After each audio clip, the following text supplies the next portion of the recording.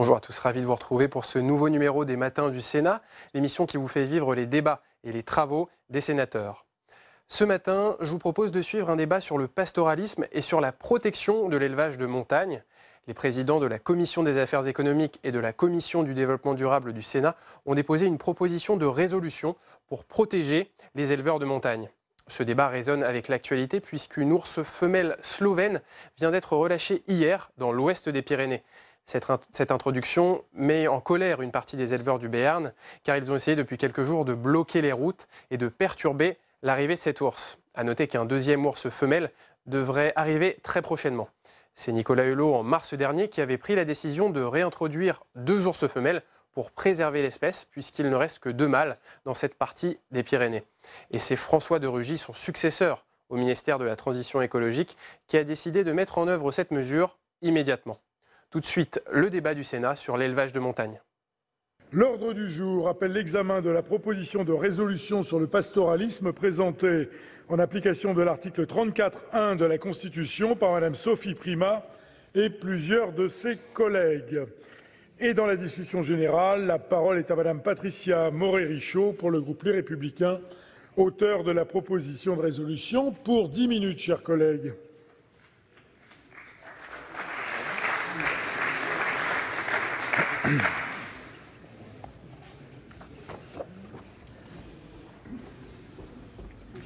Où vas-tu ?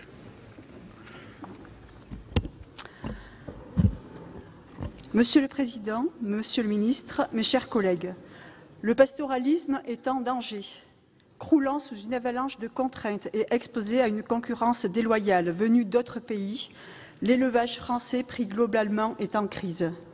Les éleveurs pastoraux ne sont pas épargnés par ces temps difficiles. Comme si leur métier n'était pas assez exigeant, leurs conditions de travail sont rendues toujours plus délicates par une succession de décisions défavorables, au premier rang desquelles celles favorisant la recrudescence des actes de prédation.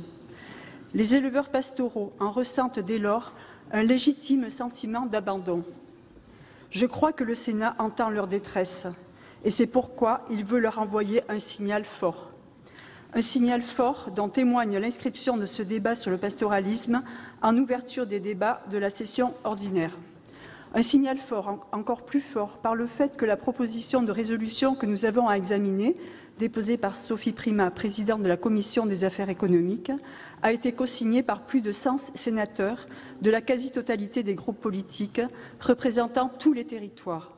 Cette prise de position sénatoriale transpartisane s'inscrit dans la continuité de travaux déjà engagés sur nos bancs, tant au sein du groupe d'études montagne présidé par Cyril Pellevat, du groupe d'études chasse présidé par Jean-Noël Cardou, que du groupe de travail sur le pastoralisme que je préside et qui est rattaché à la Commission des affaires économiques.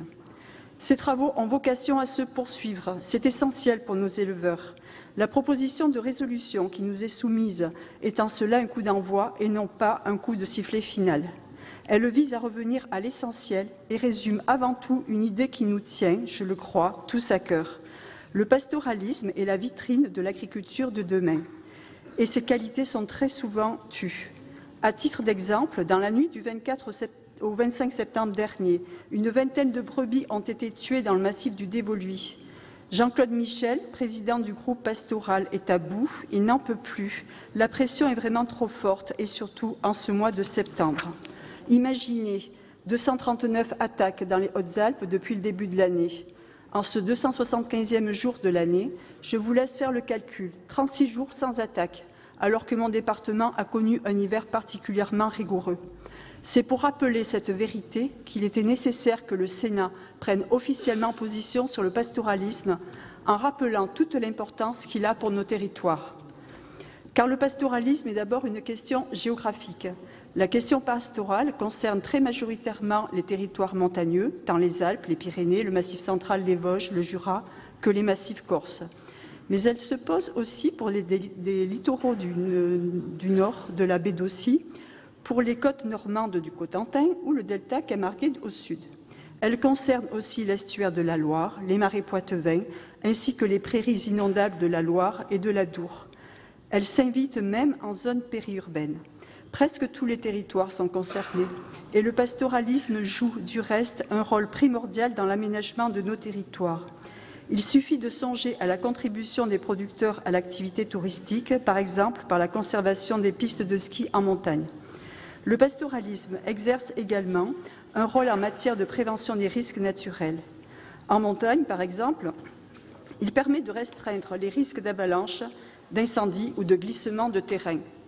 Le pastoralisme est aussi une question économique. C'est une pratique d'élevage qui concerne 14 000 fermes en France et près de 5% du cheptel français. Dans les massifs montagneux, les surfaces utilisant des pâturages collectifs sont parfois supérieures à 50%. C'est une réalité que les politiques publiques doivent mieux appréhender, car les conditions d'exercice de ces métiers sont très particulières. C'est aussi une question agricole. Au carrefour de toutes les attentes citoyennes, le pastoralisme promeut une agriculture extensive de qualité, à forte composante artisanale, souvent valorisée par le recours à des signes officiels de qualité. La question pastorale, c'est aussi une réponse aux défis environnementaux que nous avons à régler. L'élevage pastoral contribue au maintien des conditions essentielles à la préservation de la biodiversité, à la valorisation des ressources naturelles de nos territoires et à leur aménagement durable. C'est aussi une forme d'élevage qui prend en compte le bien-être animal, puisque le cheptel est en semi-liberté et qu'il passe plusieurs jours dans les alpages durant l'estive, comme dans les Alpes. C'est enfin une question culturelle, puisque le pastoralisme s'exerce en France depuis des siècles et appartient au patrimoine français. Les images des grandes transhumances sont profondément ancrées dans l'esprit de nos concitoyens et sont, le plus souvent, au cœur de l'animation de la vie de nos régions rurales. Au fond, il s'agit de montrer que ces pratiques ancestrales sont très souvent modernes. En témoigne d'ailleurs l'attractivité du pastoralisme sur les jeunes agriculteurs. La résolution a pour objectif de rappeler tous ces éléments essentiels et de montrer aux producteurs concernés que les parlementaires considèrent la question pastorale dans son ensemble. Le pastoralisme ne se résume pas à la seule problématique de la prédation. Le champ est bien plus large. Au contraire, l'enjeu du débat est d'élargir l'horizon, de rappeler combien le pastoralisme est bénéfique à nos territoires, à l'environnement, à notre économie, pour que le travail des éleveurs concernés soit reconnu à sa juste valeur. Toutefois, la proposition de résolution regrette que les politiques publiques ne prennent pas en compte toutes ces spécificités de la question pastorale et toutes les externalités positives que le pastoralisme apporte à nos territoires et à notre économie. Ces effets positifs ne sont pas valorisés à leur juste valeur. Un seul fait le démontre. Les agriculteurs pastoraux ont un revenu trop faible au regard des conditions particulièrement difficiles de leur métier. À cet égard, il faut vivement regretter que les négociations relatives à la PAC puissent menacer encore leurs revenus à l'avenir. Ils sont également confrontés à des problématiques foncières et au renchérissement du prix des terres, tendant à réduire les surfaces agricoles pastorales. La forêt s'étend, participant à ce rognage toujours plus inquiétant des surfaces pastorales. Dans ces conditions, et la résolution le rappelle, les éleveurs pastoraux se sentent laissés pour compte.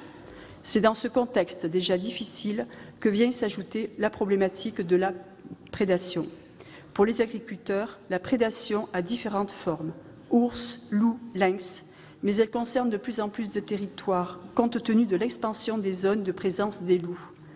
La détresse des éleveurs face à la multiplication des actes de prédation et leur profonde solitude dans ces épreuves, qui sont tant des drames économiques pour l'équilibre des exploitations que des drames humains, est immense.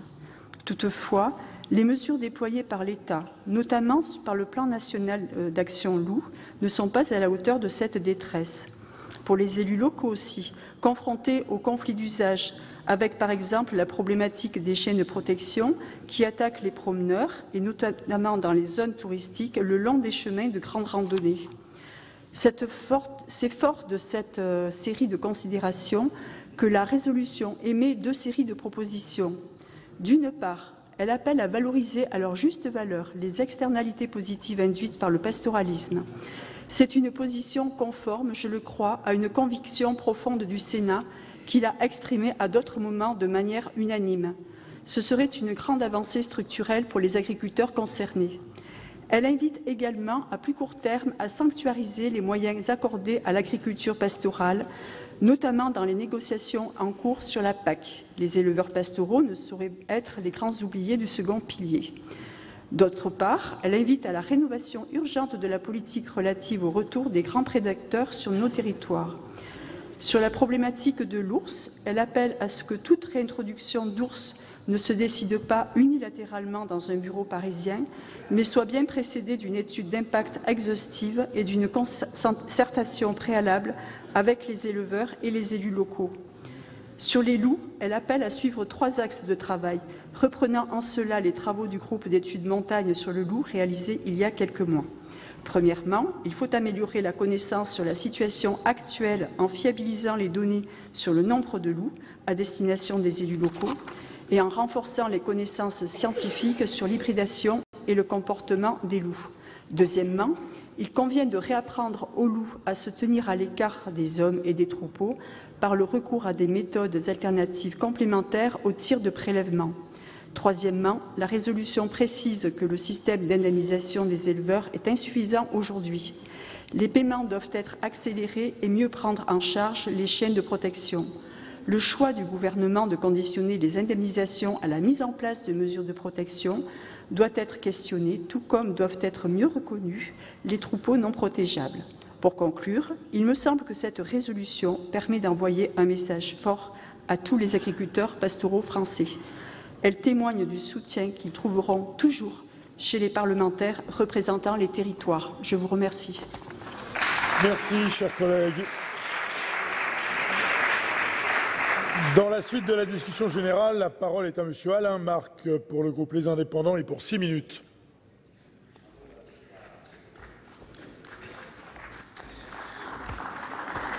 Monsieur le Président, Monsieur le Ministre, mes chers collègues, le Canis lupus est une espèce strictement protégée, inscrite à l'annexe 2 de la Convention de Berne relative à la conservation de la vie sauvage et du milieu naturel de l'Europe, signée en 1979 et ratifiée par la France en 1990, mais aussi aux annexes 2 et 4 de la directive européenne de 1992 dite Habitat, Faune, Flore, où il est classé prioritaire d'intérêt communautaire. Cette politique a entraîné une réintroduction du loup sur le continent européen. Depuis le milieu des années 2000, la filière de l'élevage est confrontée à une forte augmentation des attaques de loups sur les troupeaux. En 10 ans, le nombre de bêtes tuées en France est passé de 2 500 en 2007 à 12 000 en 2017.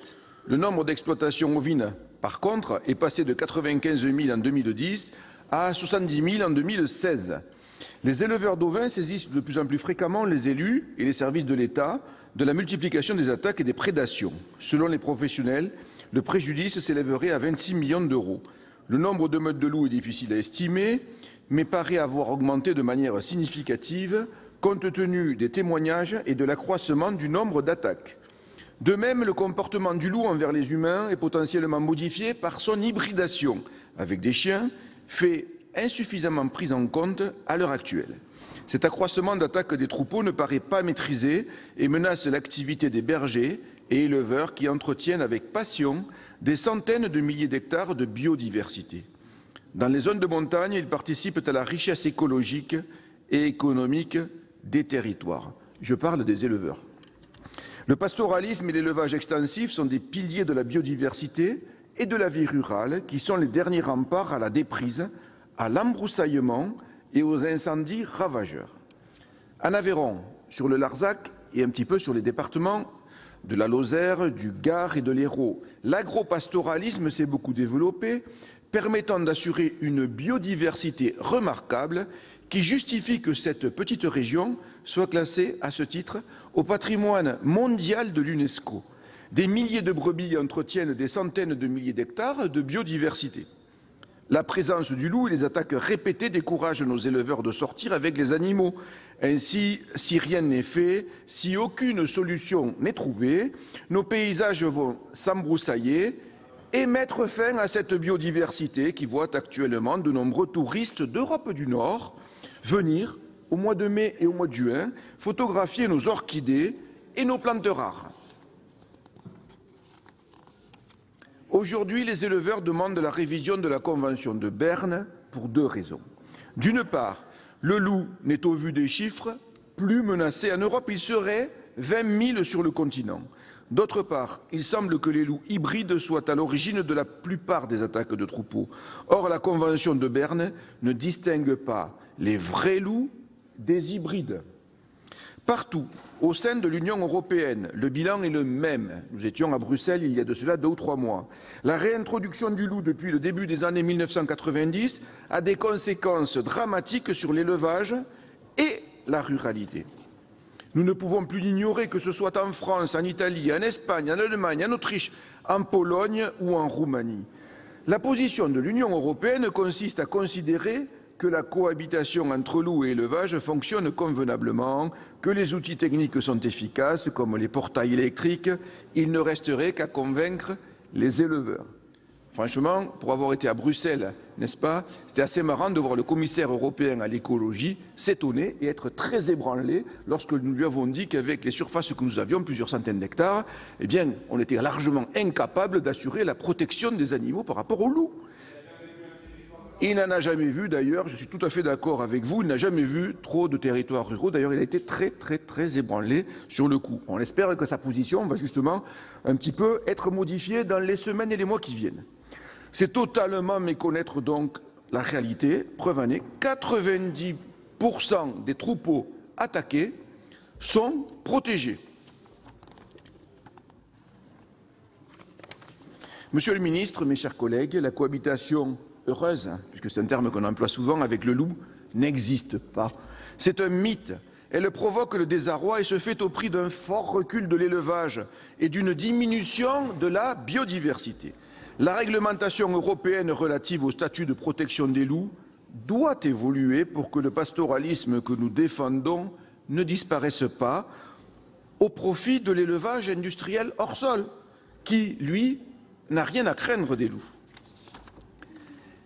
Les prélèvements de loups doivent s'effectuer en fonction des dégâts aux troupeaux et non dans un cadre de gestion de l'espèce contraint par la directive Habitat et la Convention de Berne. En outre, on peut s'interroger sur l'efficacité et la capacité réelle de la brigade loup. Comment une seule brigade d'intervention de 12 personnes basée dans le sud-est peut-elle couvrir les presque 25 départements concernés ? Alors, particulièrement attentifs et soucieux de la vitalité de nos territoires ruraux, la plupart des membres du groupe Les Indépendants voteront bien sûr en faveur de cette résolution. Merci, chers collègues. La parole est à monsieur Cyril Pellevat pour le groupe Les Républicains pour 5 minutes.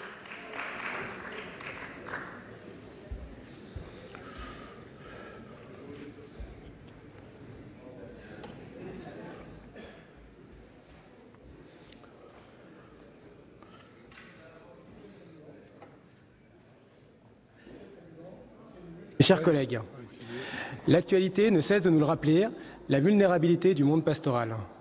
Il y a quelques jours, la brigade loup a d'ailleurs été dépêchée dans les Pyrénées-Atlantiques, en vallée d'Ossau, pour protéger les éleveurs face à la prédation du loup. La Commission de l'aménagement du territoire et du développement durable et le groupe développement économique de la montagne, que j'ai l'honneur de présider, sont particulièrement attachés à la défense du pastoralisme et des éleveurs. Face aux inquiétudes suscitées par le plan loup présenté par le gouvernement le 19 février dernier, la Commission m'a confié, et j'en remercie notre président Hervé Moret, la mission d'établir rapidement un diagnostic et des préconisations pour répondre au malaise grandissant du monde pastoral. Le rapport adopté en avril par notre commission formule ainsi 15 propositions, reprises très largement dans la proposition de résolution que nous examinons aujourd'hui. Ces propositions ne constituent pas une remise en cause de la présence du loup dans notre pays, et j'insiste, il s'agit avant tout d'apporter une vision apaisée sur ce sujet où les passions s'expriment parfois de façon vigoureuse et pas suffisamment rationnelle. Aussi, ce rapport invite l'ensemble des services concernés de l'État à renforcer la viabilité et la fluidité de l'information concernant le nombre de loups, à mieux protéger et accompagner les éleveurs face à la prédation et à revoir globalement la gestion des loups en améliorant la connaissance sur ces comportements et les mesures alternatives aux tirs de prélèvement par exemple. Dans le prolongement de ces travaux, je souhaiterais saluer l'initiative de notre collègue Patricia Morhet-Richaud, qui a souhaité nous associer, Jean-Noël Cardoux et moi, à l'écriture de cette proposition de résolution sur le pastoralisme déposée par la présidente Sophie Primas, à la suite du vœu que le président Gérard Larcher a exprimé. Au-delà, je souhaite vous remercier, mes chers collègues, d'avoir très largement répondu à l'appel en co-signant cette proposition de résolution ou en y apportant votre soutien. Cette initiative prolonge d'ailleurs la mobilisation de nombre de nos collègues alertés par les élus, les éleveurs et la population depuis longtemps, et je me réjouis du caractère transpartisan de nos travaux sur le sujet. S'agissant du texte de la proposition de résolution dont nous avons à connaître, je souhaiterais insister sur 2 points. D'abord, Patricia Morhet-Richaud l'a rappelé, le pastoralisme contribue largement au maintien de la biodiversité dans notre pays, mais il est exposé à des dangers mortels près de 50 ans après l'adoption de la loi pastorale de 1972. Alors que nous parlons de transition écologique, de biodiversité, de meilleurs usages alimentaires, nous sommes précisément en présence d'une activité qui répond à ces objectifs. Les éleveurs sont davantage que des gardiens des montagnes et des plaines, ce sont les premiers écologistes. Ils ne consomment pas ou peu de produits chimiques et l'élevage extensif assure à la fois la protection du sol, de l'eau et contribue à l'entretien des paysages. Il figure à ce titre parmi les bonnes pratiques pour la gestion des sites Natura 2000. Aussi, au regard de la relative passivité des pouvoirs publics face à la disparition progressive des oiseaux ou d'autres espèces animales comme les abeilles, l'attitude concernant les prédateurs et le pastoralisme apparaît excessive et déséquilibrée.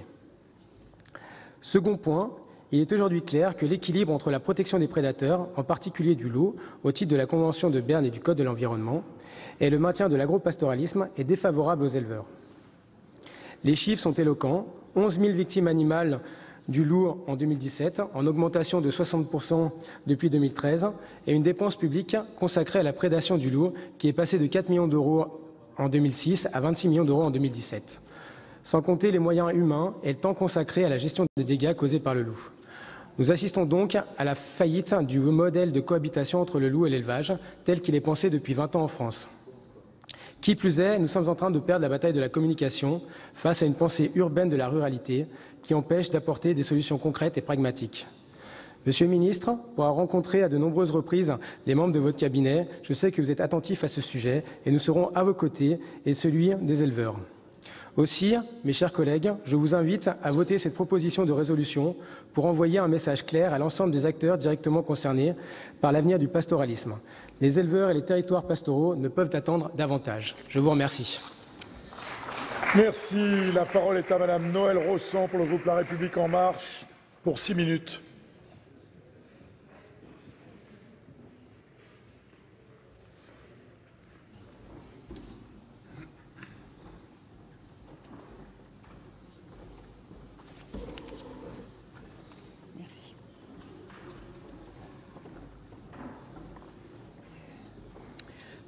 Monsieur le Président, Monsieur le Ministre, mes chers collègues, l'économie pastorale constitue un élément incontournable du modèle agricole français.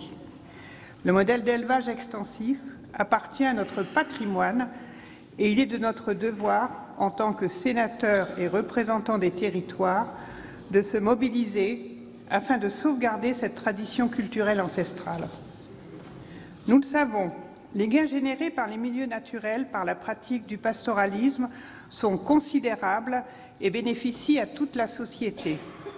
Je citerai par exemple l'aménagement des territoires et le façonnement de nos paysages, profitant particulièrement au secteur du tourisme. La protection de la biodiversité, le pastoralisme constitue depuis toujours un véritable mode de gestion restauratoire utilisé pour l'entretien et la restauration des milieux naturels. Enfin, l'agriculture pastorale, se caractérisant par une forte composante artisanale, favorise la production de denrées alimentaires de qualité, souvent valorisées par le recours à des signes officiels de qualité et aux circuits courts. Depuis une vingtaine d'années, nous observons une augmentation substantielle du nombre de loups qui colonisent les espaces pastoraux, engendrant une préoccupation légitime de la part du monde pastoral. Il est certain qu'une refonte du modèle de gestion du loup est nécessaire pour accompagner et moderniser le pastoralisme. Il offrira aux éleveurs des perspectives d'avenir crédibles pour leur métier, pour leurs produits et pour leurs partenaires territoriaux. C'est ce à quoi s'est attaché le gouvernement par l'établissement du plan national d'action 2018-2023 sur le loup et les activités d'élevage. Mes chers collègues, deux objectifs doivent nous animer tout au long de ce débat et qui, je le crois, ne sont en rien indissociables. D'une part, le maintien de nos écosystèmes pour la protection des différentes espèces de prédateurs. D'autre part, la pérennisation du modèle agricole pastoral. La préservation de la biodiversité dans nos territoires ne doit certainement pas négliger la contribution du pastoralisme au maintien des écosystèmes végétals, floristiques et faunistiques, mais ne peut se faire au détriment du soutien au retour de certains grands prédateurs. Venons-en à la proposition de résolution. Je tiens à saluer le travail effectué en amont de ce texte par notre collègue Cyril Pellevat l'année dernière.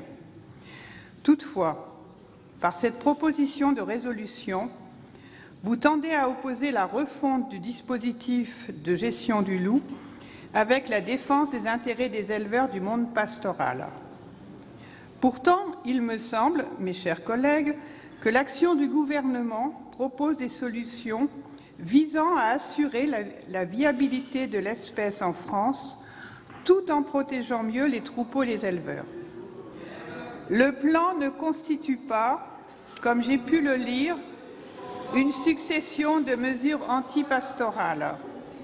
Il est le fruit d'une consultation riche en enseignements et élabore une nouvelle méthode de gestion du loup fondée sur, d'une part, une meilleure connaissance de l'espèce et, d'autre part, sur une nouvelle approche territoriale par la responsabilisation des préfets du département ainsi que par l'intégration d'élus locaux dans la gouvernance du plan.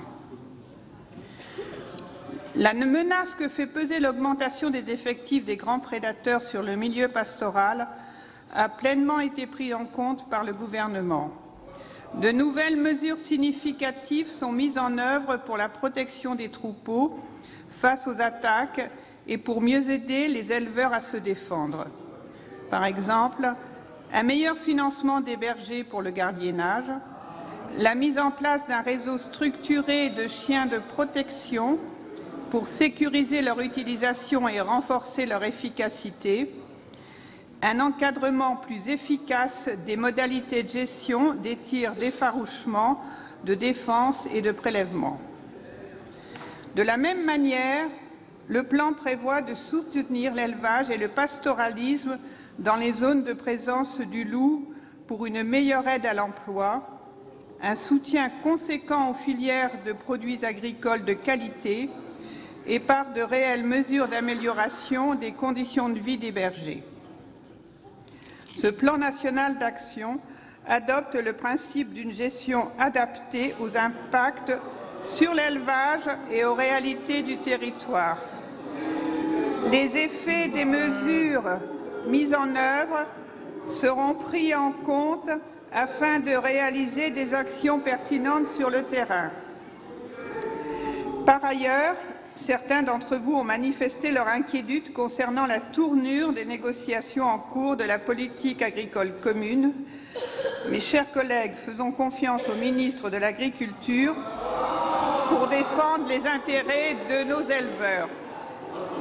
Au regard des solutions apportées par le plan loup de l'année dernière, dont l'évaluation se fera à mi-parcours et qui conditionnera la mise en place de sa deuxième phase, le groupe votera contre cette proposition de résolution.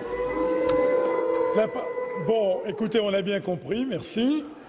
La parole est à Monsieur Guillaume Gontard pour le groupe communiste républicain citoyen écologie pour 6 minutes.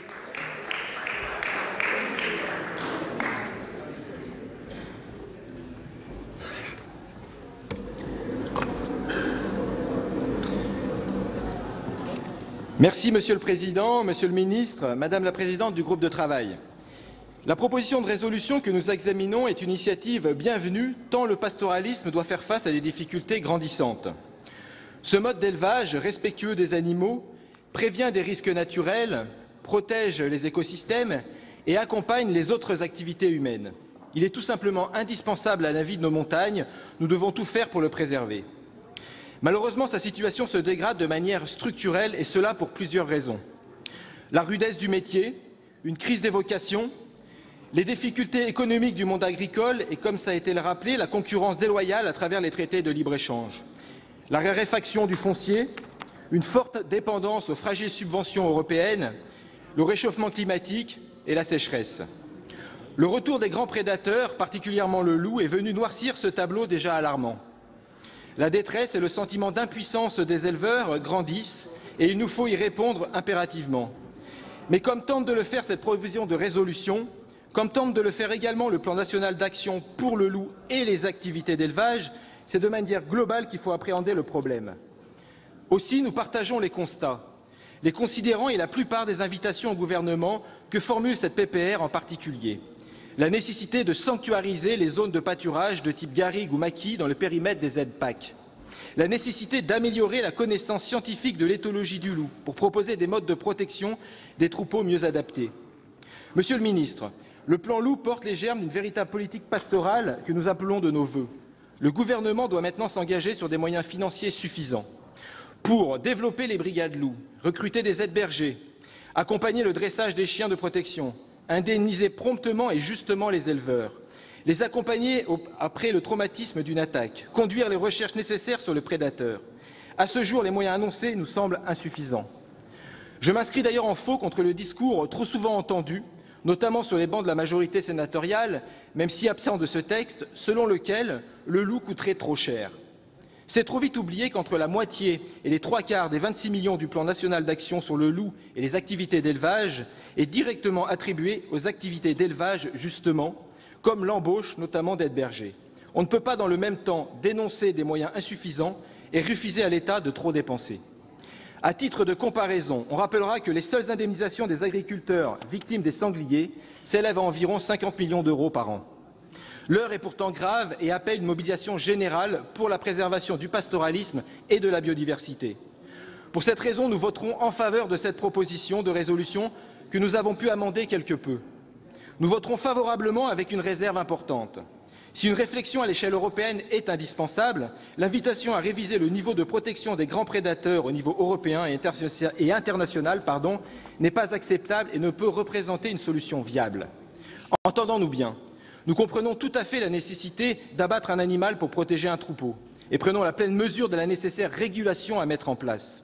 Ce n'est pas faire justice au pastoralisme que de considérer, comme le font certains, que son salut passera par l'extermination des prédateurs.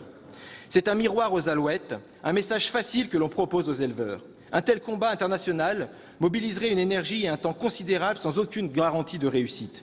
C'est autant de temps et d'énergie qu'on ne consacrera pas à travailler à l'inévitable et nécessaire cohabitation entre prédateurs et troupeaux. Même dans le cas improbable où la chose serait autorisée, exterminer les prédateurs sur notre sol ne serait pas une mince affaire. Durant des siècles, nous avons tenté de chasser le loup. Nous avons pour ce faire mobilisé des milliers d'hommes, même l'armée sous l'Empire. Et nous avons brûlé des milliers d'hectares de forêt. Aujourd'hui encore, il est très difficile d'abattre un loup et encore plus d'exterminer une meute.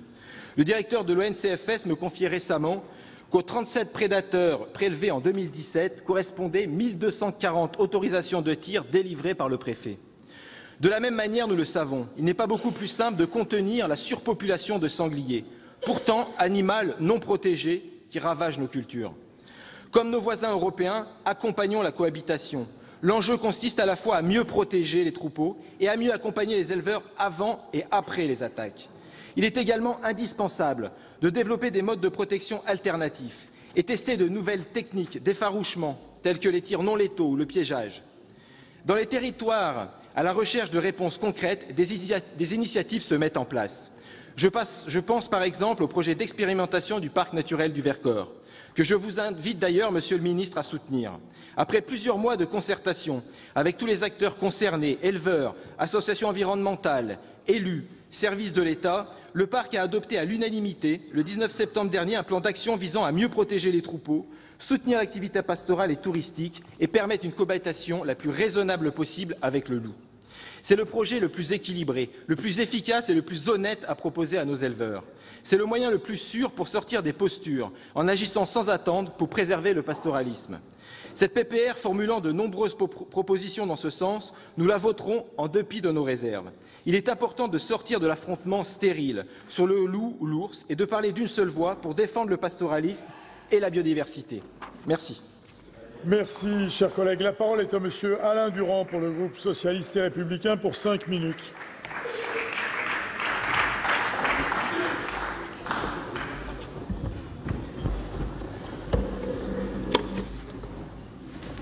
Monsieur le Président, Monsieur le Ministre, mes chers collègues, je voudrais vous faire part tout d'abord de ma grande satisfaction de voir que cette session ordinaire 2018-2019 ouvre ses travaux sur le thème du pastoralisme et donne ainsi la parole aux territoires ruraux et de montagne. Notre Haute Assemblée assure pleinement la représentation des territoires de la République que lui confère la Constitution. Département rural silanais, l'Ariège, mon département, est aussi un département pastoral. L'estive, qui est pratiquée dans plus de 50% des exploitations, n'a pas seulement une vocation productiviste, loin de là, mais surtout une mission d'entretien de la montagne par les troupeaux. Le pastoralisme ariégeois, qui s'étend sur 115 000 hectares, soit 25% du département, a pour spécificité principale de s'exercer sur des terres ouvertes à tous. En effet, 90% de l'activité est réalisée sur des espaces qui appartiennent soit à l'État, soit aux communes. C'est en quelque sorte l'essence même du pastoralisme, qui ne se matérialise que par des modes d'appropriation et de gestion collectifs au sein d'espaces semi-naturels spécifiques, extensifs, où règne une biodiversité incomparable. À l'heure où le mode est au produit local, où les Français sont prêts à consentir un effort financier parfois important pour certains foyers, afin de se nourrir avec une alimentation de qualité, issue de circuits courts, une production de la fourche à la fourchette. Notre devoir est d'encourager le développement de ces modes de production totalement naturels, pour lesquels la traçabilité est garantie aux consommateurs. Après avoir connu une démographie en baisse durant près d'un siècle, la courbe aurait tendance à s'inverser et nos territoires, entretenus par l'activité de l'homme, qu'elle soit à vocation pastorale mais aussi agricole, forestière ou touristique, redeviennent des milieux ouverts et accessibles. Nous le savons, sans cette présence humaine, ce sont des sentiers qui se ferment, des paysages qui s'ensauvagent alors qu'ils sont si riches quand ils sont sillonnés par les troupeaux. Aujourd'hui, les bergers pyrénéens sont exaspérés et abattus, car ils sont confrontés à une augmentation sans précédent de dommages causés par des prédateurs et plus précisément par les ours. Dans mon département, les chiffres parlent malheureusement d'eux-mêmes. 2016, 96 attaques, 228 victimes.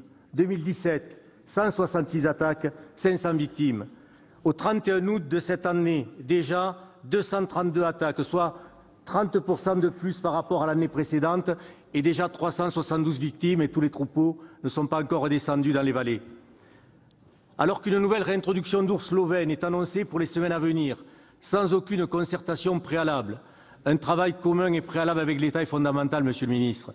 1, pour prévoir une étude d'impact approfondie. 2, sur des mesures efficaces de protection contre les prédations incessantes, ne serait-ce que dans un souci de respect des dispositions du Code rural qui, dans son article L113-8, prévoit, je cite, « Les autorités doivent assurer la pérennité des exploitations agricoles et le maintien du pastoralisme en protégeant des troupeaux des attaques de l'ours dans les territoires exposés à ce risque. » Et nous le savons, les mesures de protection traditionnelles avec les chiens de protection ou la création de parcs de nuit ne suffisent plus car l'ours a appris à les déjouer.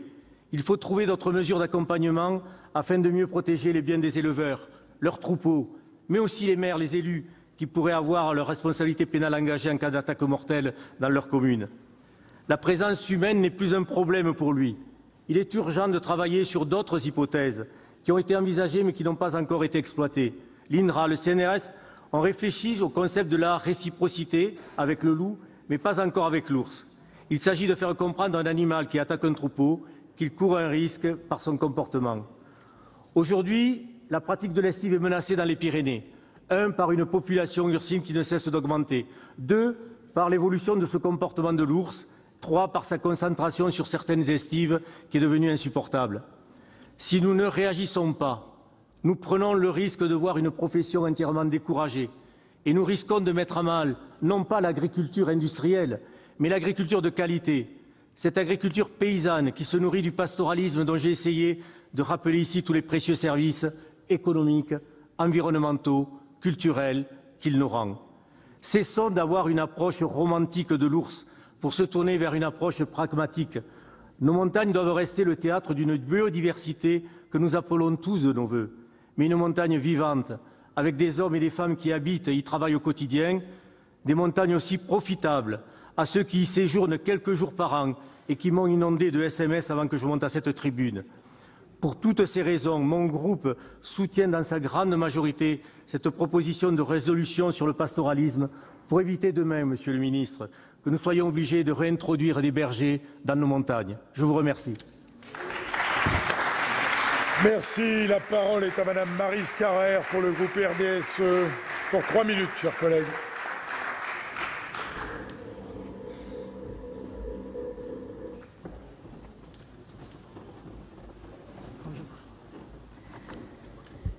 Monsieur le Président, Monsieur le Ministre, mes chers collègues, je tiens tout d'abord à remercier le Président du Sénat, ainsi que les membres du groupe de travail sur le pastoralisme et notre collègue Patricia Morhet-Richaud, d'avoir aujourd'hui, par cette résolution, voulu mettre en lumière le pastoralisme. Elle aborde la problématique de cette pratique ancestrale avec réalisme, respect des hommes, des cultures et des modes de vie. Elle met l'accent sur les difficultés des éleveurs aux pratiques vertueuses qui, au-delà d'une économie favorisant l'excellence, protègent une vie touristique, garantissent le maintien des populations montagnardes, la lutte contre la fermeture des milieux et la préservation d'un environnement souvent soumis à des aléas climatiques violents. Monsieur le ministre, je sais que vous connaissez bien le département des Hautes-Pyrénées. Vous avez entendu, lors du congrès des jeunes agriculteurs en juin dernier, les difficultés et les particularités de la pratique du pastoralisme. Vous avez entendu leurs cris d'alarme. Au moment où nous travaillons sur cette résolution, l'actualité nous rattrapait, avec l'annonce du ministre de la Transition écologique et solidaire de la réintroduction de 2 ours en Béarn et la réactivation du plan ours. Comment comprendre une telle décision qui fragilise toute une profession déjà affaiblie? Comment peut-on sacrifier toute une économie à un choix idéologique? Quel avenir pour nos montagnes? Un espace réservé aux prédateurs dont on aura chassé toute présence humaine? Ce n'est pas notre choix. Comment peut-on imposer aujourd'hui à des éleveurs déjà harassés de travail de monter à plus de 2000 mètres d'altitude tous les soirs pour garder leurs troupeaux?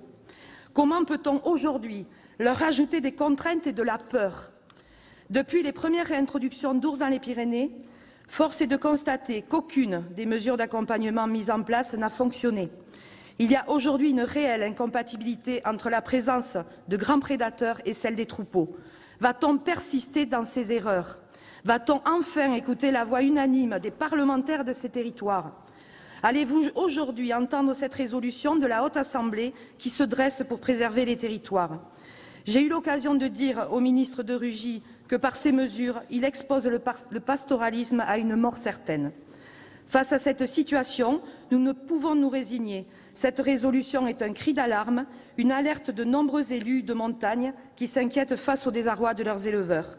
Elle replace cette économie, son savoir-faire, ses bienfaits au centre de nos préoccupations. Monsieur le ministre, je sais que vous n'êtes pas responsable de ces réintroductions, mais vous avez le devoir de prendre en compte cette détresse et de défendre cette profession. Vous avez le devoir de prendre en considération les demandes légitimes d'études d'impact et de concertation avec les populations concernées.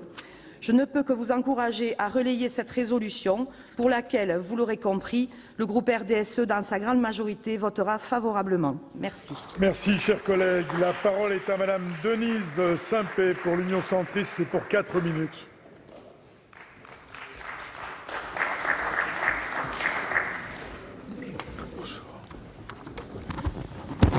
Monsieur le Président, Monsieur le Ministre, mes chers collègues, en tant qu'élu des Pyrénées-Atlantiques, où la réintroduction de l'ours est plus que jamais un sujet de préoccupation pour nos éleveurs pastoraux, j'accueille avec enthousiasme cette proposition de résolution.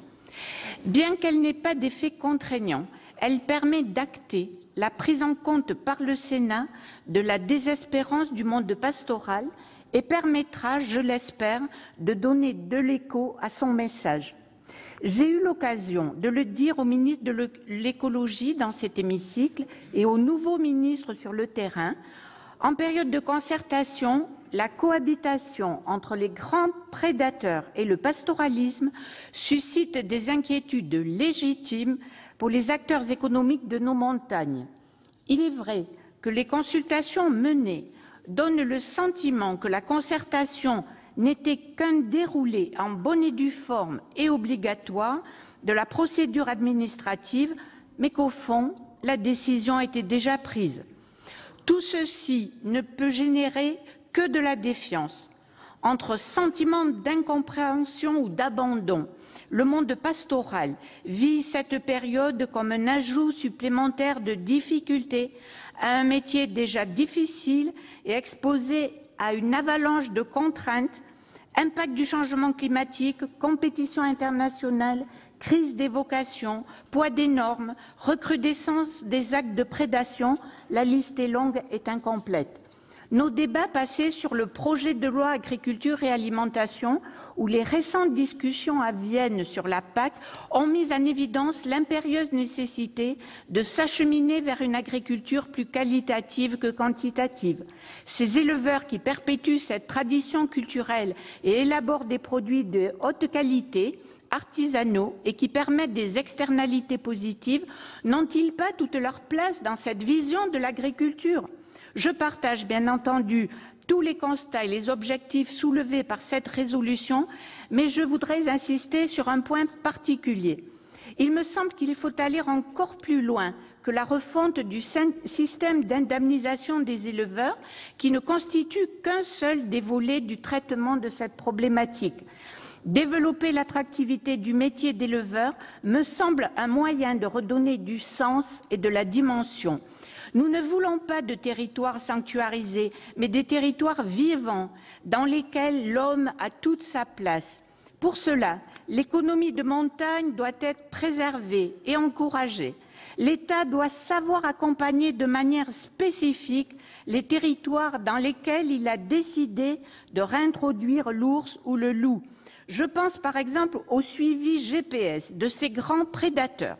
L'État doit être performant et partager cette technologie avec les éleveurs afin de permettre la localisation de ces animaux et de prévenir les attaques des troupeaux. Les conditions de vie des éleveurs doivent également être repensées tout en tenant compte des aspirations et des exigences de notre temps. Cela peut se traduire par des moyens de transport comme le quad, leur permettant de rejoindre plus facilement les estives depuis la vallée.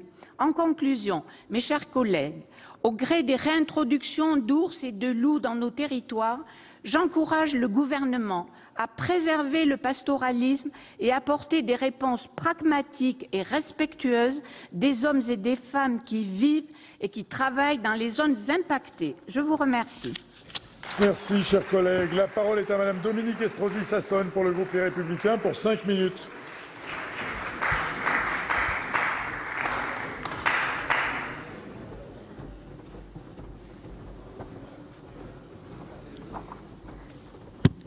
Monsieur le Président, Monsieur le Ministre, mes chers collègues, la proposition de résolution que nous examinons aujourd'hui est un signal fort pour les territoires pastoraux et pour l'ensemble des éleveurs, alors que la cohabitation entre le loup, l'homme et les activités d'élevage se dégrade considérablement. Comme me l'a dit un berger récemment, l'histoire du loup a changé son métier.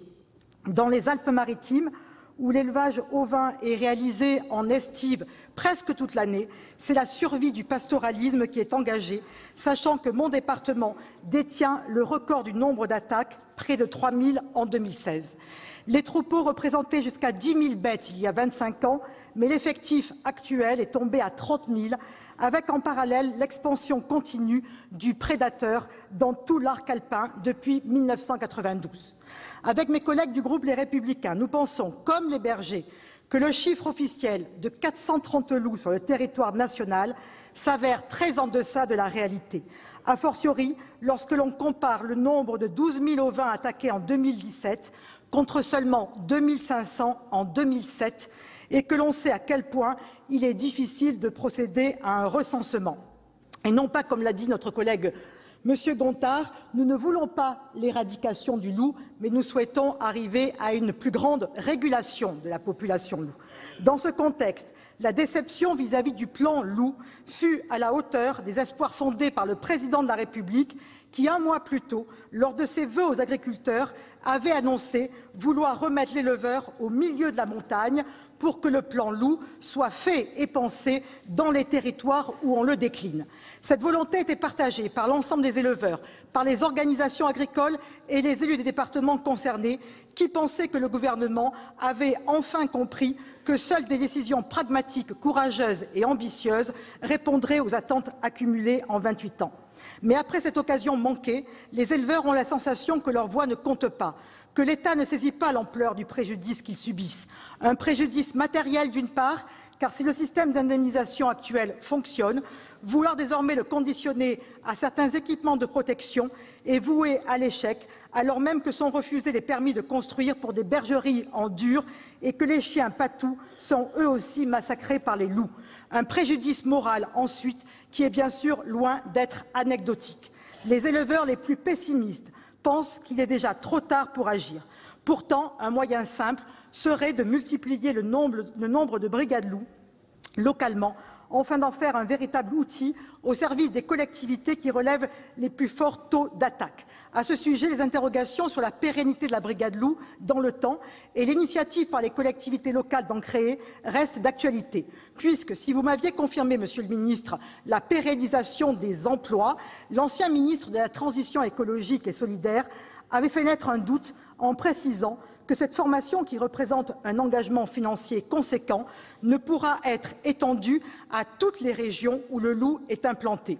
Les autorités des départements ou les éleveurs qui émettent le souhait de bénéficier des services d'une brigade locale sont invités à en étudier les modalités de financement et à prévoir une organisation sous contrôle de l'Office national de la chasse et de la faune sauvage. À terme, pour que perdurent les activités de pastoralisme, une réflexion devra aussi être menée sur la suspension temporaire du nombre de loups à abattre, car le fameux quota annuel de destruction de loups montre toutes ses limites.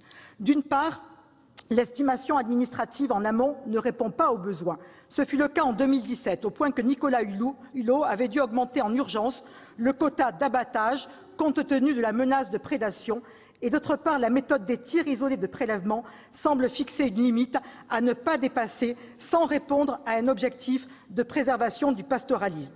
Plutôt que de proposer de nouvelles mesures accessoires aux départements les plus touchés, à l'image par exemple de la mesure d'éthologie du loup dans le système agro-pastoral dans les Alpes-Maritimes, figurant dans le dernier plan loup, le gouvernement doit apporter des réponses concrètes aux situations déjà identifiées dans le département. Nous savons que les dommages pastoraux ne se répartissent pas de façon uniforme en France, mais reflètent deux phénomènes distincts. D'un côté, des attaques graves concentrées notamment dans les villages des Alpes-Maritimes, dont certains n'ont jamais connu de répit depuis 2002, et de l'autre côté, des attaques sporadiques dans des territoires plus vastes, avec une présence récente du loup. Il faudra donc avoir du courage pour assurer la survie des activités de pastoralisme, de renverser la pression qui doit viser le prédateur. En 2015, les dommages causés à l'élevage ont représenté près de 75% des victimes en région Sud-PACA, dont 40% rien que pour les Alpes-Maritimes. Les éleveurs veulent simplement exercer leur métier en toute sécurité, mais face à un ensauvagement qui fait courir un risque sérieux au pastoralisme, il est utile de répéter et de rappeler que le loup n'a pas le monopole de la biodiversité, d'abord assurée par les bergers et par leurs troupeaux. Merci, chers collègues. La parole est à Monsieur Jean-Claude Tissot pour le groupe socialiste et républicain pour 5 minutes.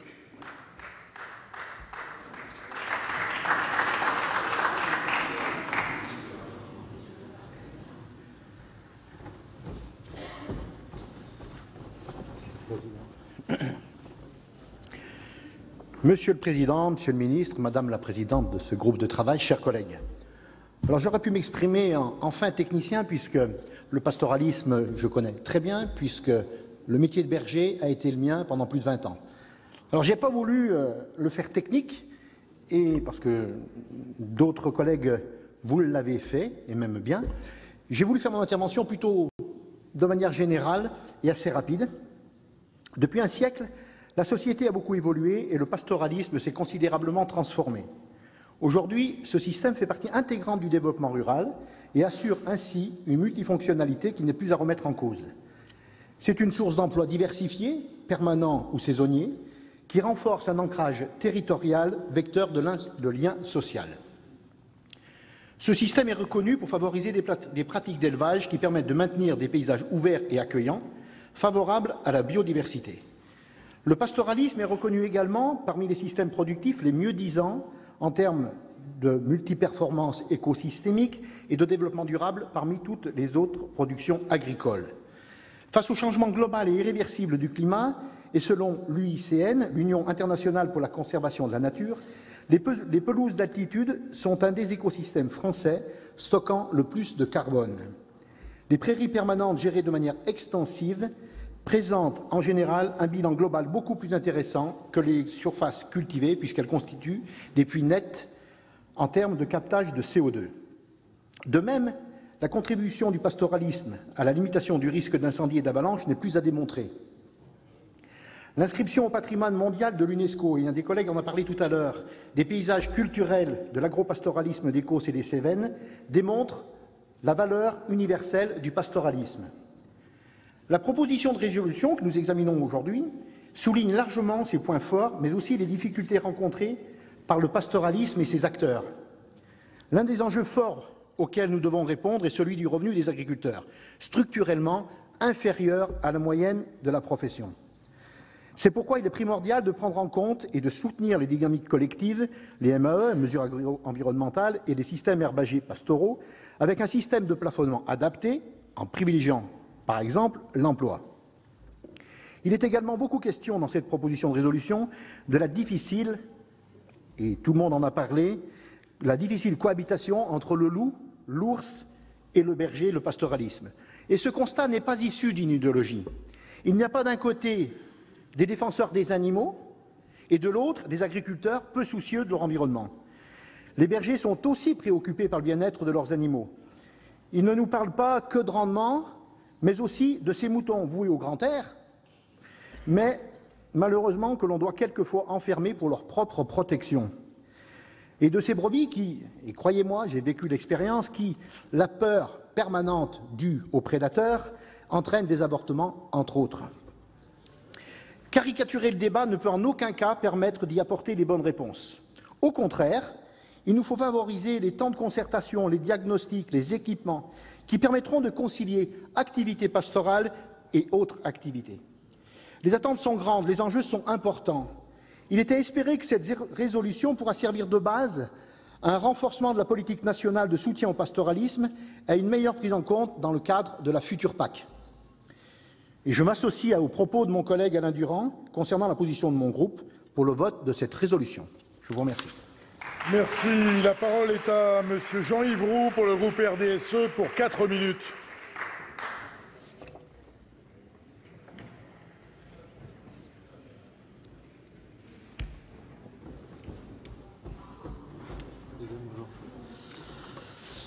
Monsieur le Président, Monsieur le Ministre, mes chers collègues, j'interviens ici aujourd'hui comme signataire de la proposition de résolution sur le pastoralisme. En effet, je souscris pleinement aux objectifs de préservation des écosystèmes pastoraux qui sont énoncés et en particulier, je m'associe aux alertes répétées liées au loup, comme l'indique notre collègue Patricia Morhet-Richaud. Le plan d'action 2018-2023 sur le loup et les activités d'élevage repose sur un principe d'équilibre entre la conservation des espèces et la prise en compte de la détresse des éleveurs. Or, cet équilibre, mes chers collègues, n'existe pas. La seule chose qui subsiste, c'est la détresse des bergers. La détresse des bergers qui pleurent non seulement leur travail, mais qui assistent, impuissants, à la mort de leurs animaux. Je rappelle, chers collègues, que ce plan était censé assurer une coexistence pacifique alors que les attaques de loups se multiplient. Dans mon département, au 28 septembre, 378 attaques. 1208 victimes sont à déplorer, soit une hausse de 13% des attaques et 28% de victimes pour lesquelles 90 communes sur les 198 que compte le territoire des Alpes de Haute-Provence. Il faut souligner que seuls les animaux mordus figurent parmi les victimes, alors que des moutons meurent en sautant des barres rocheuses pour échapper aux canidés et que nombre de brebis avortent stressés par les attaques, ce qui augmente le nombre de victimes. De même, cette coexistence n'est plus pacifique car les loups eux-mêmes ont changé. Un travail d'enquête publié dans mon département en janvier 2017 par l'INRA et le Centre d'études et de réalisation pastorale Alpes-Méditerranée démontrait déjà que les loups franchissent la lisière des forêts et se rapprochent de plus en plus des habitations humaines. Ces animaux s'adaptent, évoluent en fonction de nous, expliquait le chercheur Michel Meuret. Mes chers collègues, la vocation des bergers n'est pas de tuer des loups, ni de se transformer en éleveurs professionnels des chiens d'Anatolie ou des patous, pas plus que de monter des dossiers pour solliciter des subventions destinées à compenser les pertes de leurs bêtes. Des bergers qui désertent des espaces parce qu'il est impossible de préserver leurs troupeaux. C'est une trop mauvaise nouvelle pour un environnement montagnard qu'ils ne pourront entretenir. Voulons-nous à court terme que nos montagnes deviennent des déserts, dévastés par des impacts de foudre accélérés par le réchauffement climatique? Voulons-nous des montagnes fragilisées par des feux, faute de bergers présents? Voulons-nous pleurer des zones entières carbonisées comme en Californie? Enfin, il faut prendre aussi en compte le désarroi profond des élus concernés, qui vivent dans la contrainte permanente d'accidents, dans la crainte liée à la présence du loup jusque dans les villages, des chiens dans les chemins de randonnée, mais aussi des accidents de chasse. Monsieur le ministre, il est, je crois, nécessaire que chacun trouve sa place. J'ai plaidé en faveur de la conservation d'une brigade des loups. Je suis aujourd'hui convaincu qu'il faut soutenir les bergers, embaucher des personnes dans le cadre de contrats aidés, si nécessaire, dédiés à la sécurité. De plus, je crois nécessaire d'adapter à la législation et en particulier les dispositions du Code rural liées à la responsabilité des maires face aux chiens de berger. À titre personnel, je suis enfin favorable à un autre mode de régulation de la présence lupine. Quiconque s'est trouvé face à un loup sait que le tir de prélèvement négocié n'est pas réaliste. Je plaide très clairement pour que le loup puisse, dans un cadre très réglementé, lorsque la situation s'impose, être classé comme nuisible. Mes chers collègues, je souhaite vivement que cette proposition de résolution puisse déboucher sur des solutions pragmatiques, humaines et soucieuses de la préservation à court terme de nos territoires. Je vous remercie.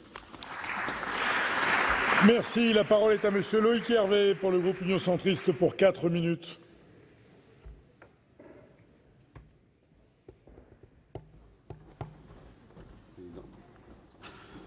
Monsieur le Président, Monsieur le Ministre, mes chers collègues, avant d'être à l'origine de la carte postale traditionnelle de la montagne, le pastoralisme est une activité économique.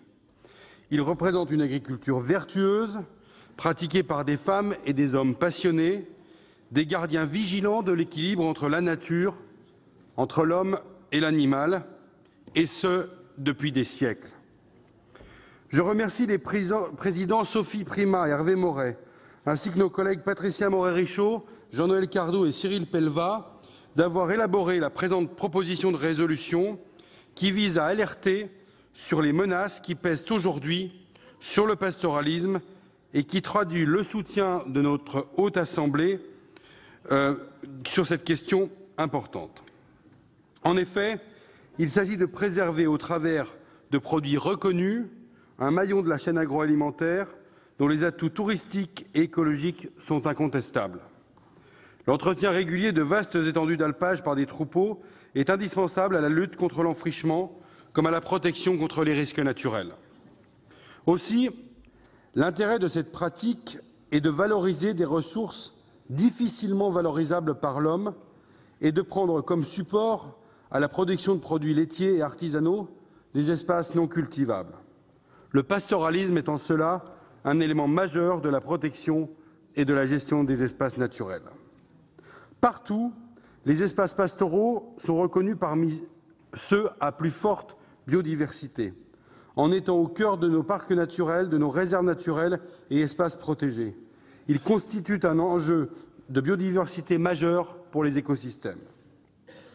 Dans son discours au comité interministériel de la biodiversité le 4 juillet dernier, M. le Premier ministre a indiqué vouloir rémunérer les agriculteurs pour ce service qu'ils rendent à la nature. Eh bien, cette proposition de résolution vise à rechercher une plus juste rémunération pour le pastoralisme en tenant encore mieux compte des contraintes qui pèsent sur cette forme d'agriculture. Ce serait une juste reconnaissance des contraintes spécifiques liées aux conditions naturelles, à la saisonnalité et à l'isolement auxquels sont soumis ces acteurs du pastoralisme. Évidemment, la question a été largement ouverte. La présente proposition de résolution met également en débat le soutien au retour de certains prédateurs, à l'image du loup ou plus récemment de l'ours, dont une nouvelle réintroduction dans les Pyrénées a été annoncée récemment. Si l'on peut concevoir aisément qu'il soit nécessaire de protéger des espèces relevant de la Convention de Berne, la remise en cause de la viabilité économique d'exploitation agricole en montagne ne saurait être la conséquence de cette protection. Et c'est bien aujourd'hui, et malheureusement, la situation que nous connaissons. Le cri d'alarme est réel, et ce débat est porté cet après-midi dans notre enceinte, et je tiens à saluer les très nombreux collègues qui l'ont dit, exemple à l'appui. Il faut entendre, Monsieur le ministre, ce cri d'alarme. Il me semble donc nécessaire qu'un arbitrage et un suivi soient discutés au sein de l'Union européenne. Il est tout aussi impératif que cette question trouve enfin un plan national, au sein de ce plan national, des solutions pérennes proposant aux acteurs du pastoralisme toutes les sécurités suffisantes à la poursuite de leur activité économique. La compatibilité du pastoralisme avec la présence du loup est en question et un équilibre doit donc être recherché sans jamais perdre de vue que les acteurs du pastoralisme sont les pionniers de la biodiversité et les garants de la qualité. Pour cela, mon groupe, le groupe Union centriste, votera cette proposition de résolution. Merci. Dernier orateur inscrit, Monsieur Michel Savin pour le groupe Les Républicains pour 4 minutes.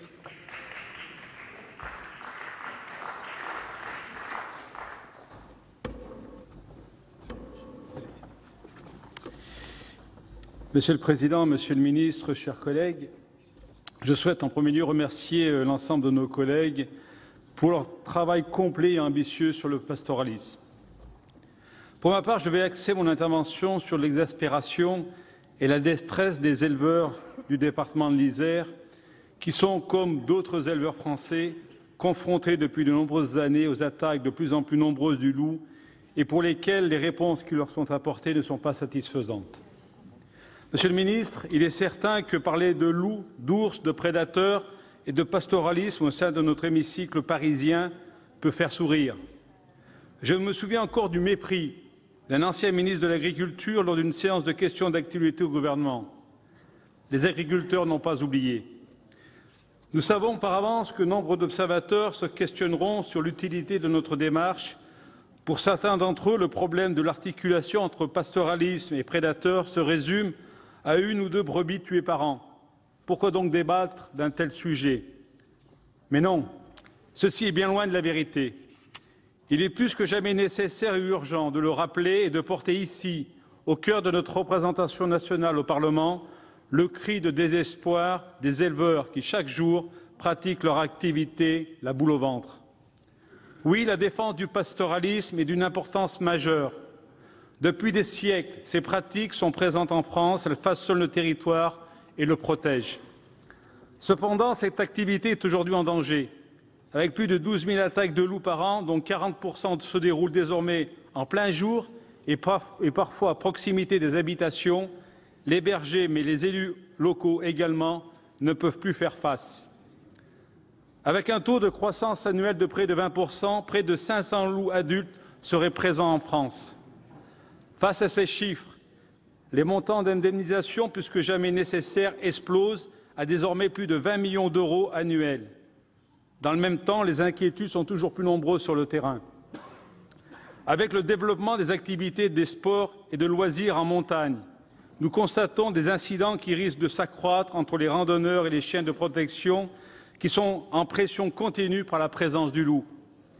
Cela aboutit à des drames humains face auxquels les élus locaux n'ont pas de moyens de réponse. Aussi, certains décident de fermer l'accès aux chemins de randonnée pour éviter de faire face à de telles tragédies.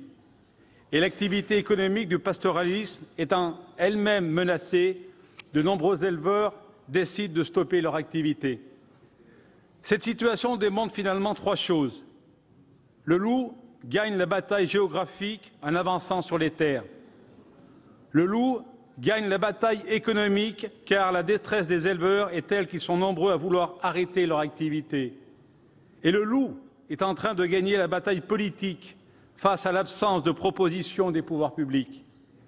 Nous connaissons d'ores et déjà les réponses qui nous sont faites. La Convention de Berne et la directive Habitat nous empêchent la mise en place de politiques plus fermes sur le sujet. Mais peut-on encore considérer le loup comme une espèce en voie de disparition? Monsieur le ministre, comment peut-on dire cela quand l'ambition de votre gouvernement est de réformer et de faire avancer l'Europe? La détermination de chacun devrait permettre de revenir sur ces textes alors qu'une majorité de pays européens est désormais touchée par la question des prédateurs. Le gouvernement aurait présenté un plan loup 2018-2023 ambitieux, mais pour les éleveurs, les mesures prises paraissent ne pas être à la hauteur face aux réalités du terrain et aux attentes des acteurs du pastoralisme. Ce plan illustre parfaitement le peu de considération du gouvernement pour les territoires. Face à une telle indifférence, j'espère que la résolution que nous adopterons permettra au gouvernement de réaliser des avancées et d'amender le plan loup et d'ouvrir des négociations au niveau européen sur le sujet afin de revoir à la hausse le nombre de prélèvements par rapport au nombre de loups présents sur les territoires. C'est une question d'un bon équilibre de la biodiversité. En conclusion, je citerai le président de la République qui, le 25 janvier dernier, annonçait vouloir remettre l'éleveur au milieu de la montagne. Aujourd'hui, nous constatons que ce sont toujours les loups qui sont au milieu de la bergerie. Merci, cher collègue. La parole est à Monsieur Stéphane Travert, ministre de l'Agriculture et de l'Alimentation.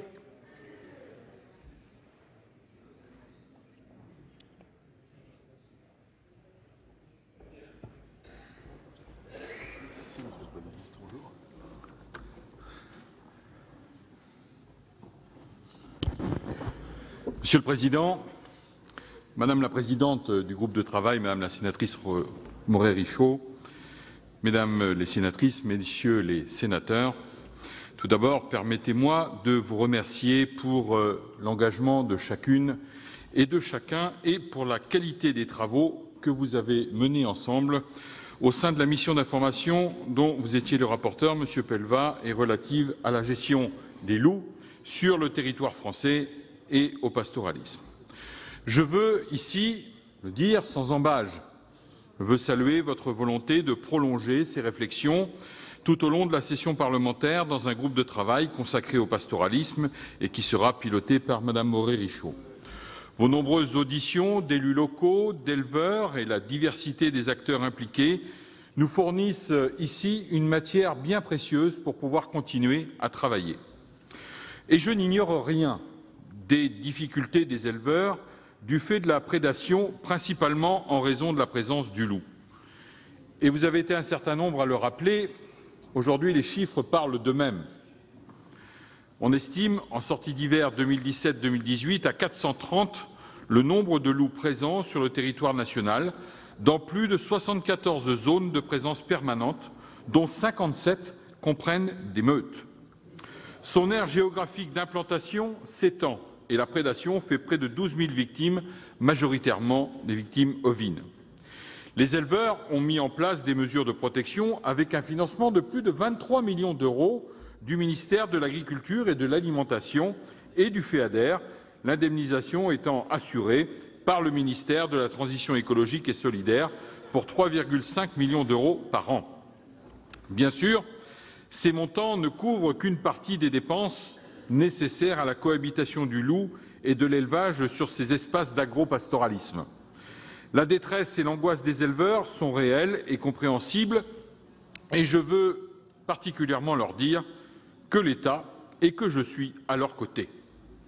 J'ai rencontré un certain nombre d'entre eux et j'ai pu lire sur leur visage maintes et maintes fois l'angoisse, la fatigue. J'ai entendu les conséquences sur leur santé, les conséquences sur leur vie de famille Et je peux vous dire que le gouvernement et moi-même y sommes particulièrement sensibles. C'est la raison de ces larges consultations sur le nouveau plan national d'action, comprendre l'ensemble des contraintes, évaluer tous les enjeux, mais aussi entendre toutes les positions. Et ce plan, finalisé en février dernier, va guider l'action du gouvernement sur les 6 prochaines années. Il donne plus de moyens aux éleveurs, les remet au centre de la montagne, tout en offrant aux loups un cadre protecteur. Le plan pourra être révisé une fois le seuil de viabilité de 500 loups atteint, mais je vais y revenir. Même si j'ai conscience des limites de ce plan au regard des attentes des acteurs agricoles, ce plan comporte de réelles avancées. De réelles avancées car il inscrit le principe d'une gestion adaptée aux impacts sur l'élevage et aux réalités des territoires. Car l'État, vous le savez, poursuit son appui financier au déploiement des mesures de protection des troupeaux en fonction de l'expansion du loup. Vous le savez, un des éléments clés de cette protection est le gardiennage par l'activité des bergers. Et là, le gouvernement s'engage à négocier avec la Commission européenne la prise en charge à 100% du coût de bergers salariés contre 80% dans le plan précédent. Et puis, la prédation fera partie des formations de bergers. L'attractivité du métier sera renforcée et le recrutement sera ainsi facilité. Un réseau de référents techniques déjà opérationnel va permettre ici de diffuser les savoir-faire et sécuriser l'utilisation des chiens de protection sous forme de formation collective ou de conseils individuels. Par ailleurs, une expérimentation dans les parcs nationaux de la Vanoise et du Mercantour vise à mobiliser une brigade de bergers mobiles expérimentés pour venir en aide aux éleveurs dans les foyers d'attaque très importants. Au-delà de la protection des troupeaux, le soutien au pastoralisme constitue un élément très important de ce plan.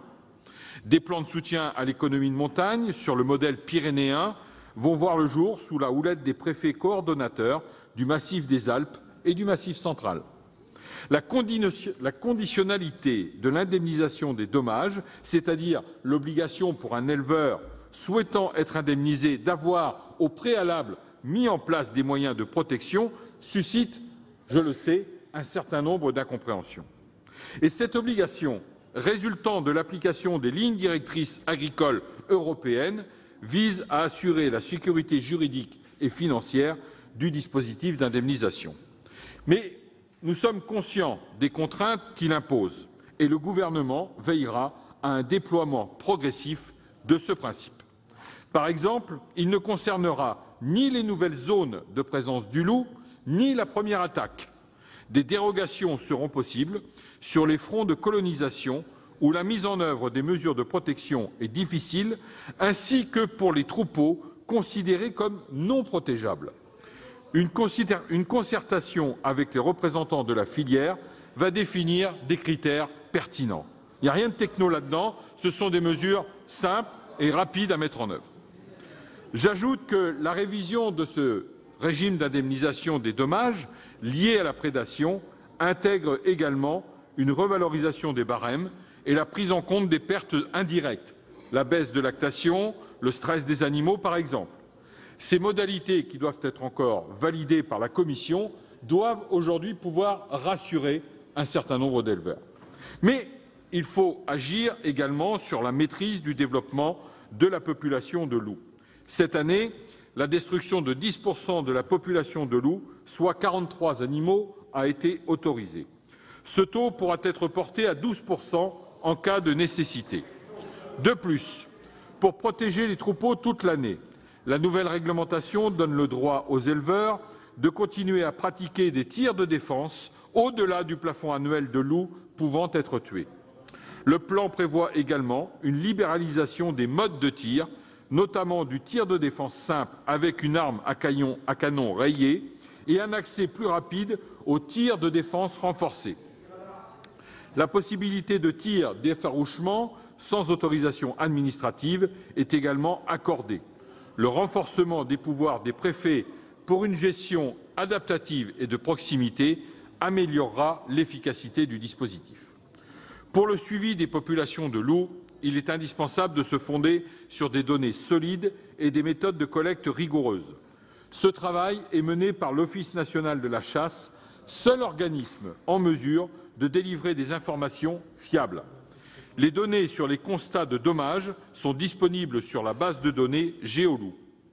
Le plan loup prévoit également le regroupement de l'ensemble des informations dans une base de données nationale réactive, partagée et multifonctionnelle, avec un suivi des dommages, des cartes et un certain nombre de graphiques très utiles pour l'ensemble des éleveurs. Comme vous le savez, les engagements de la France en matière de préservation de l'espèce nous obligent à respecter l'objectif de viabilité de 500 loups. Une fois atteint, il conviendra de revoir ensemble les modalités de gestion de l'espèce. Par ailleurs, un axe fort du plan loup vise à adapter l'intervention publique à l'évolution des connaissances scientifiques, en particulier pour l'amélioration des techniques de protection des élevages et d'effarouchement du loup. Des travaux seront menés avec l'appui du Conseil scientifique permanent du plan en cours de mise en place d'une instance experte en matière d'éthologie, de systèmes agropastoraux, d'effets des tirs sur les loups, sur la prédation et la population, de techniques d'effarouchement, etc., etc.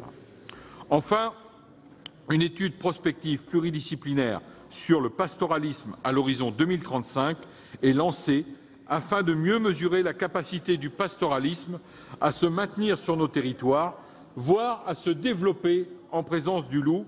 Les conclusions ont vocation à éclairer les choix politiques futurs. Et puis, le plan loup fait l'objet d'un suivi d'informations et d'échanges dans le cadre du groupe national loup, réuni 3 fois par an, présidé par le préfet coordonnateur et regroupant tous les acteurs concernés, les organisations nationales, socio-professionnelles, les associations, les administrations et les établissements publics. Cet espace de dialogue doit permettre un traitement équilibré du sujet au regard des différents enjeux. Ce plan ouvre une nouvelle page des relations du pastoralisme qui, je l'espère, permettra une cohabitation plus apaisée. Je comprends l'urgence et je comprends aussi les craintes, alors sachez que je serai particulièrement attentif à la mise en œuvre rapide et efficace des actions prévues. Nous évaluerons d'ailleurs ce plan à mi-parcours avant le déploiement de la deuxième phase pour adapter, si nécessaire, ces actions. Comme pour le plan loup, le plan ours, le plan d'action ours brun 2018-2028 vise à concilier la présence de l'ours avec le pastoralisme et diminuer la prédation sur le bétail. Des accompagnements sont également prévus et vous avez été nombreux à en faire état. Nous faisons confiance aux acteurs et aux élus locaux pour dépassionner le débat et construire ensemble cette coexistence sur le long terme. Et je terminerai par une note optimiste sur le pastoralisme, sans occulter bien évidemment les difficultés rencontrées sur nos territoires. Et comme le souligne parfaitement votre proposition de résolution, le pastoralisme est une pratique ancestrale et collective qui a modelé profondément les milieux montagnards français et leurs paysages. Nous y sommes attachés parce que ce sont des femmes et des hommes qui participent chaque jour à la conservation et à l'utilisation durable de la biodiversité sauvage, la variété de la flore, des prairies, de montagnes et sa faune associée, mais aussi de la conservation de la biodiversité domestique, de nos races de vaches et de brebis adaptées à ces milieux spécifiques et difficiles. Une forme de biodiversité aussi à préserver et à mettre en valeur. Nous le savons, sans pastoralisme, pas de milieu ouvert, pas de prairies fleuries, pas de tourisme l'été, pas de tourisme l'hiver, pas de développement économique pour nos montagnes. Ces femmes et ces hommes ont su tirer parti des contraintes du milieu naturel pour développer des filières remarquables et des produits de qualité qui font l'excellence du patrimoine gastronomique français et assurent à certaines filières, sous signe de qualité, des prix du litre de lait payé aux producteurs parmi les plus élevés de France. Certes, ces expériences ne sont pas reproductibles partout et des différences existent, je le sais, entre les territoires. Néanmoins, il est important de capitaliser sur les réussites que nous avons pu constater, les réussites précédentes, les réussites actuelles et les réussites à venir, parce que je sais qu'il y en aura. N'oublions pas les ressources et les capacités d'adaptation et d'innovation de ces territoires et de leurs habitants, sur lesquels, bien évidemment, nous comptons pour redonner espoir à nos éleveurs. Le ministère de l'Agriculture et de l'Alimentation est totalement mobilisé au quotidien pour accompagner les terroirs et leurs filières, notamment via les plans de filière qui sont nés des États généraux de l'alimentation. Et je serai particulièrement attentif à la prise en compte des enjeux du pastoralisme et à son soutien dans le cadre de la PAC post-2020. Pour conclure, je ne peux que vous inviter vivement à poursuivre vos travaux et à inciter les acteurs concernés à participer à la mise en œuvre et au suivi du plan sur le terrain. Ceci, à mon sens, rend encore prématurée l'adoption de votre résolution et je vous remercie de votre attention.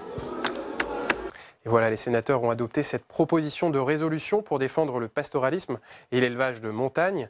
La question des prédateurs a évidemment marqué ce débat. Les sénateurs ont été très critiques vis-à-vis du plan loup du gouvernement, lancé en février dernier.